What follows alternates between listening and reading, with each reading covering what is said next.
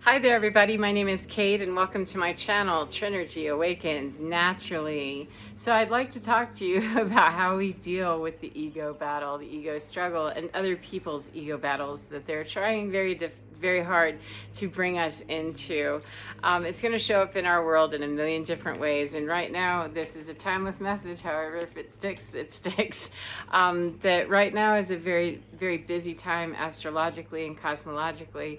However, it's not going to let up, so we're going to need to deal with people who are going through their own ego death, or they're trying to outrun it, or we're going to deal with our own. If it's coming up in us, there's something in us that we need to deal with, regardless of what we consider the source to be. If we're being tapped by somebody else's energy, if we're being tapped by the cosmos and we're vulnerable, we definitely need to be paying attention if we're starting to feel very agitated, annoyed, and all these things that aren't our general baseline. Whether or not it's a core issue that's still got residue, it's got enough that we need to flick the booger real quick. So how can we do that? I want to just mention before I get started too far that right now, cosmologically, as I said, we've got a lot going on. It's very busy in the ethers. It's real busy. And I find myself, I was kind of berating myself a little bit, or felt that old tape coming up, that old dialogue coming up of, well, rah, rah. And I realized, my body's tired, and I wouldn't be sitting down. I wouldn't have been sat down unless I needed to be sitting down and finding another way to be productive. And one of the best ways that I can recover it from that brain dump of, whatever the should shit is, yeah, stop that immediately. That one of the best ways that I can really help myself with that is to be able to look around and say, well, look, what can I do to be more engaged with my mental, since my physical needs to lie down for a minute or two. We're going to need to just rest this out. And that's not my normal baseline. So it can be very easy to fall into that old programming of, I should be doing this and I should be doing that. And no, if my body feels tired and we've got a lot going on energetically, and we do, a lot of alignments, even if no one else could justify it for me somehow, or I couldn't justify it outside of me somehow, my body is needing to lie down. And I'm so glad that I didn't fight too long.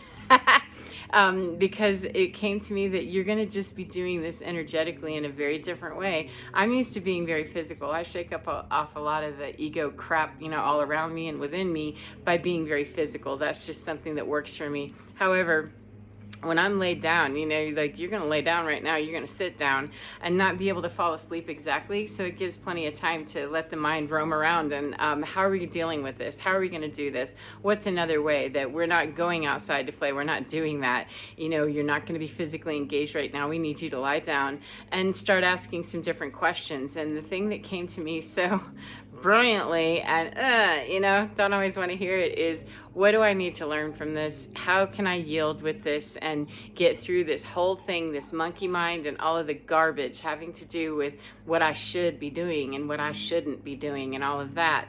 Because it's really just, that's all this is pretty much a mind game at this point. If we've unplugged from the matrix, we can get very drawn into conversations with ourselves, like Agent Smith is just running around rampant in our heads. And it can be triggered by other people. It can definitely be triggered by other people having their ego death, or they're trying to outrun that, or whatever, that they're splattering everywhere, and you see it everywhere. And if we're high sensitives, or we're clairvoyants, empaths, however we identify, if we can identify in such a way that we're picking up other people's energy, we can start identifying with the energy and thinking it's ours and packing that in and going, oh, what's wrong with me?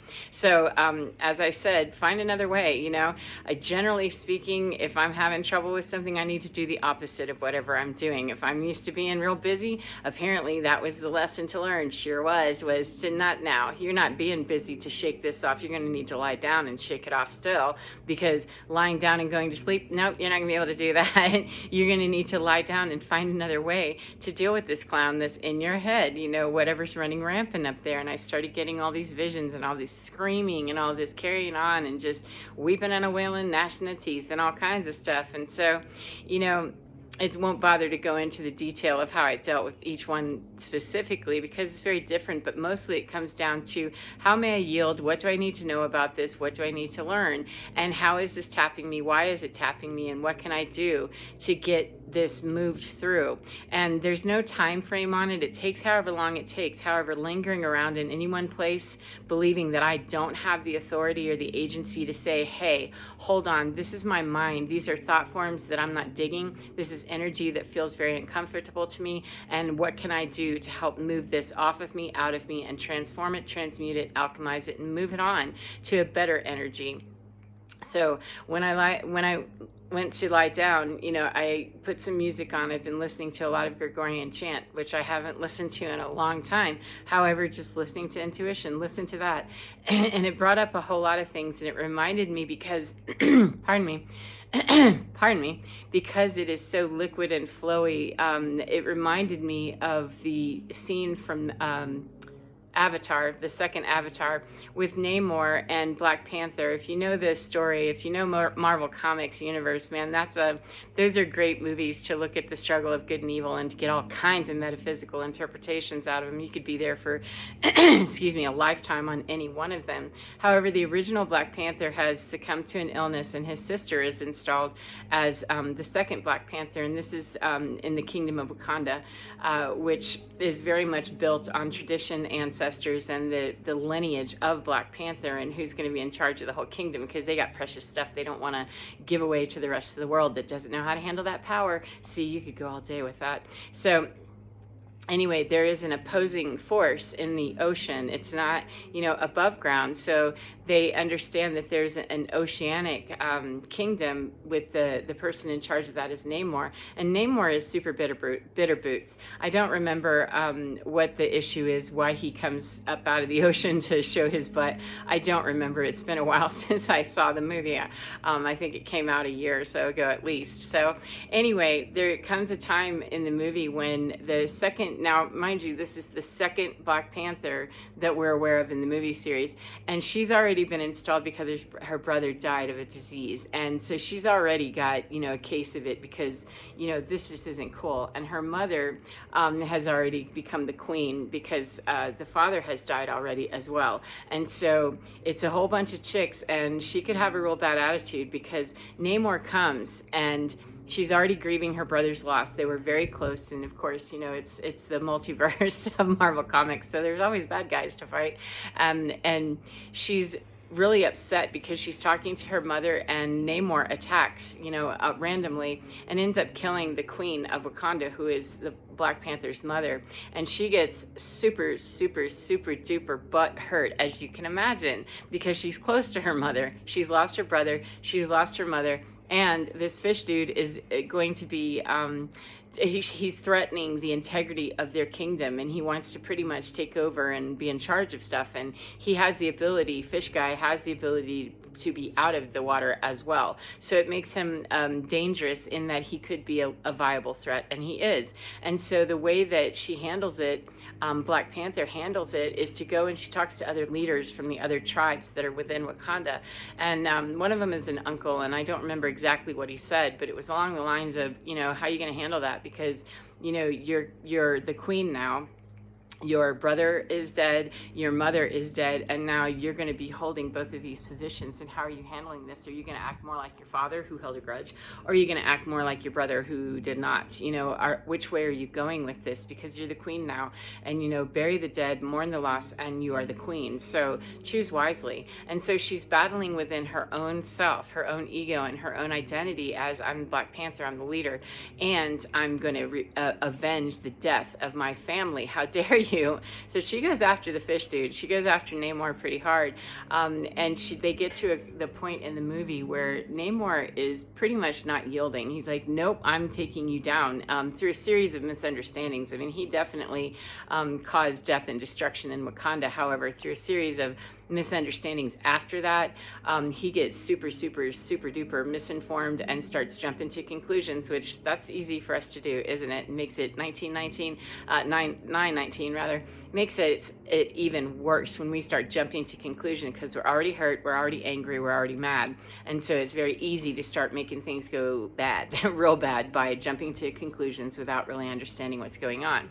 So he had already done his dirty, and then it just got dirtier with misinformation, as I said. So she goes and she confronts him, and she says, look, you've got a lot riding on this, I've got a lot riding on this. Our kingdoms, really don't intersect, and they don't need to, and we don't have to battle, but I am going to terminate you if you don't stop. And she has this big spear on his neck, and the fish dude, he's not yielding. And she kept saying, yep, let me see, yield and your people will live. Vengeance has consumed us. We cannot let it consume our people, is what Shuri, the Black Panther, says to Namor, that, look, we've devised this plan to draw you out of the water, and you're on your deathbed, man, and I can, unalive you. I can go ahead and finish this off and be done with you, and your entire kingdom will suffer without you. Is that what you want? Is that what you're willing to do? Because vengeance brought me here to you, and vengeance is what keeps you going. Do we want to just call the white flag on this, and we'll walk away from this, and we'll both be able to save our kingdoms, and ultimately not have the whole entire earth be destroyed because the rest of non-Wakanda and non-wherever Namor lives, those places are finding out about us? Do you want to make it that well known to the whole world what we got going on here? Or would you like to just go back to your kingdom, recover, and I'll go back to mine and recover, and we'll leave this vengeance, thing in the dirt where it belongs, which, is the best thing that we have here. However, my kingdom is going to go on with or without your permission. You will yield or you will be gone. 11:11. It's your choice. And ultimately, Namor really, he struggles. I mean, he absolutely struggles. He's not happy about it. And he waits until he is almost completely DOA, DED, yeah, that way. He waits until he is right there before he finally says, fine. And of course, the kingdoms are saved, and off they go, swimming, catting, doing what they do. But the thing is that it was brought to me because when we yield early, we don't lose as much. When we ask, 1144, thank you, we don't lose as much. We're going to lose more and more and more and more exponentially the more that we are faced with, look, I have the ability to terminate you. Do you want to stop this, or do you want to keep going with what you're doing? You're going to continue to lose, and ultimately my kingdom will survive without you or your kingdom. Are you willing, out of your own pride and out of your own vengeance and your own angry childhood and the way that all worked? That had nothing to do with me. 1212, thank you. Really, my brother's death doesn't have anything to do with you. However, we're super butthurt here, and we have a lot riding on this, but you have even more than I do. Are you sure you really want to keep this going, dude? And ultimately, the battle of good and evil, the ego struggle, la la la la la, all of it sounds very boring. However, it does really, really come down to that of how easily and how early are we allowing ourselves to yield to the process. Do I need to lie down, or does my ego need me to be up, doing stuff that looks more productive? Do I need to be in a battle with someone because they've hurt my feelings? Do I need to, retaliate, to call justice to myself, or to, state my position? Do I need to do all of those things?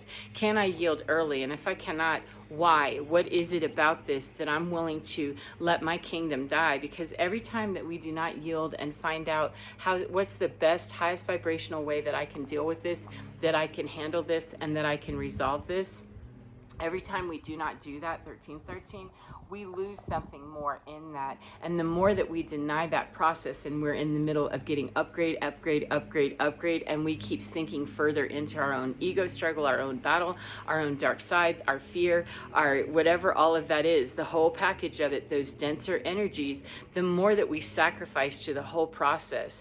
And it took Namor quite some time to really get it through his head. He was willing to be right there on his deathbed. Literally, the spear's on your neck, dude. You got about that long to decide how you want to go with this. However, this is how it's going. That's how I feel at this point with the universe, is that, okay, I don't want to get to the point that there's a spear on my neck and me asking the universe, hey, how do I play now? I'd like to yield early. Can I say, honestly to you that I do every single time, or do I still struggle? Of course, I'm a human being. And unless I'm, flying and doing a whole lot more, I'm probably going to be, having the ego battle here and there. maybe a lot, you know, it comes up when it comes up. And until I get to the point that I'm so transcended that I no longer need a body, well, it probably won't be an issue. Until then, it probably will come up with the opportunity to say, what are you willing to do here? Am I willing to take what's coming to me and roll with those punches and say, what is the lesson? You know, why was I sat down here? Because I would be sat down wondering what happened if I didn't need to learn something from this. And I don't need to carry any of the guilt or the shame or any of that other stuff that people would love to, you know, watch me wallow around in, or that I might be, you know, ugly enough that I want to watch them wallow around in it. We don't need to get into those battles of wishing that, you know, someone else suffer, or be very bothered by the fact that someone else would want to watch us suffer. Those are battles that we can yield early and say, okay, this is grieving me, it's causing me great pain, it's causing me anger, it's causing me rage, it's causing me sadness, it's causing me shame, it's causing me whatever it is. If it's not causing me to giggle, laugh, and have a great day and a great time, you know, if it's causing something that's headed the other direction, that as soon as I get into line with it, the quicker I do and yield before it turns into a spear's on my neck and I'm dehydrated, flopping around like the fish out of water that I am, you know. And that is nothing more than that dude did not want to yield to Black Panther. It wouldn't have mattered if she was a woman, a cat, a dog, a man, another villain creature. It wouldn't matter. He considered her the bad guy regardless of the fact that what she was speaking was the truth. And that is what I find with the universe, even though it makes me mad sometimes and I don't want to play like that. I have to understand and know that the greater good here is far above even what our Marvel Comics characters can do.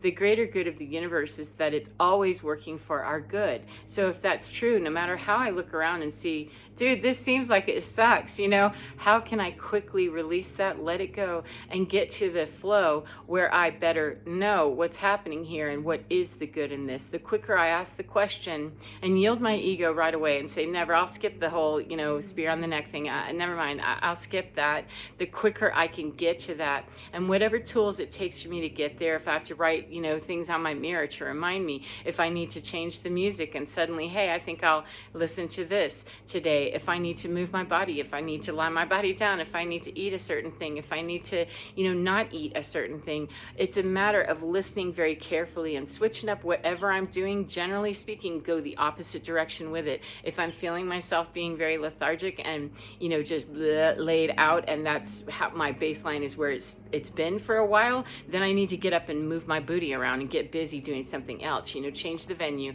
change your mind, change the situation that you're in, change what you're looking at, change the way you're looking at it. Because I'm generally active, that sat me down because I wasn't sitting down enough, you know, with you're just feeling overwhelmed and tired, then you're going to lie down, and we're going to need to talk about this in a different way, because I'm not always able to do everything 1717 88 thank you. I'm not always able to do things the way that I would like to, or that I would prefer to, because it's my habit. If something becomes a habit for too much, that I become so reliant on it that I can't do anything unless I have that becomes OCD. You know, for me it did anyway. And I find that the more spiritual flexibility I have comes more easily to me by asking, how can I deal with this? You know, what's the lesson in this? How may I yield to this? And I say out loud a whole lot, I surrender to this process. I surrender to God flow. I surrender to what I need to know to move through this, so that I can release the fear about what's here, so that I can release the anger, so that I can release the whatever.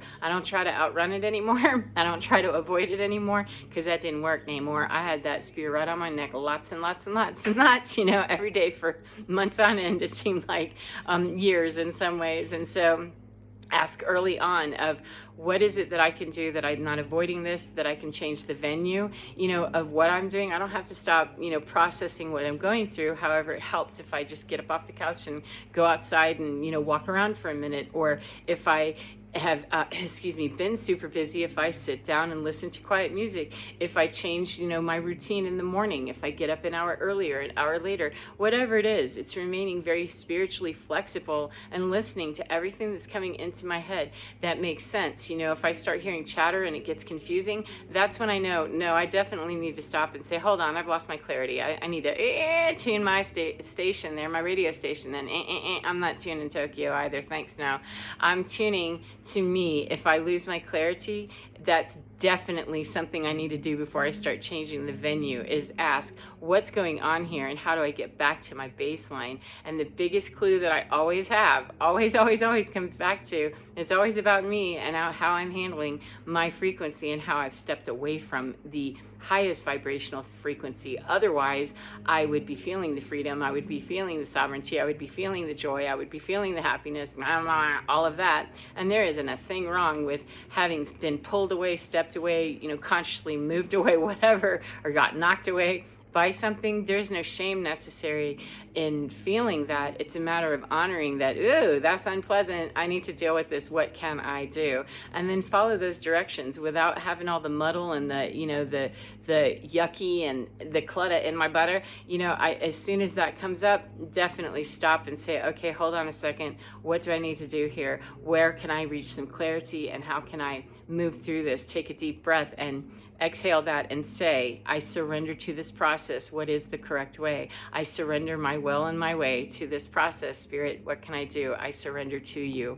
And really speak to myself in that way, losing all of the shame and the, if I feel it, I have to honor what I feel and be honest about it. However, I am not going to heal the feel if I honor it and then stay in there honoring it by allowing that to beat me up or fight against the process. I'm basically just wallowing around on the ground, fish out of water, losing my life, losing my kingdom and everybody in it, as I'm fighting with Black Panther, who's going to win anyway. And the universe can be seen as winning. The universe is assisting this process of Earth's ascension and higher consciousness, and I don't have to like it. However, it certainly goes a whole lot more easily, and really is easier to swallow the process entirely. The more that I go with it, the more that I fight against it. I find that I have spears on my neck routinely all day with people that are confrontational or with situations that seem like they're exploding all the time. And so when I see something like that come up, then it's time, Buttercup, to figure out what's up and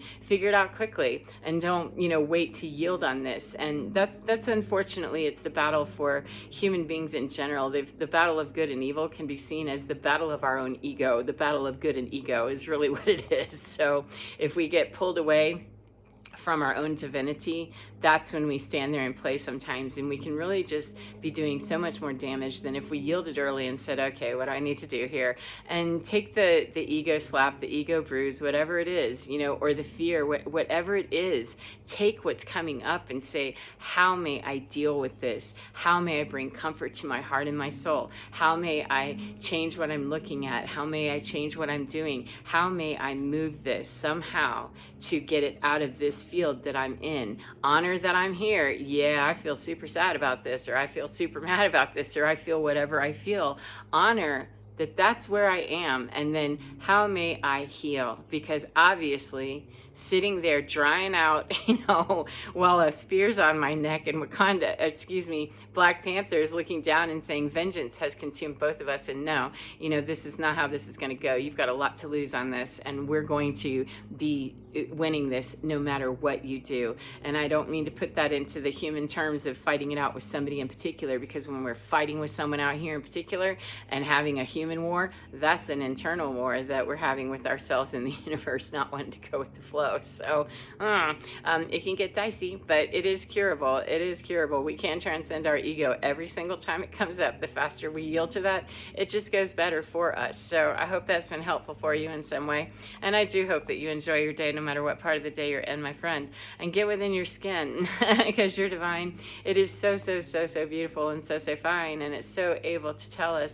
how we can spare ourselves a whole lot of excess time on deck with losing rapidly those things that are important to us. The faster that we yield to the process of how may I transcend my ego, how may I transcend the fear, how may I transcend all of these yucky feelings that might be here, because it's possible. It absolutely is possible. It's not just a pipe dream somebody had over there somewhere. We all have the ability to tap into our own joy and our own expression of that creative energy that we're sourced from. So as I said, get within your skin because you're divine. It is absolutely fine. Take care of yourselves, and I will see you again next time. Goodbye, my beautiful friends.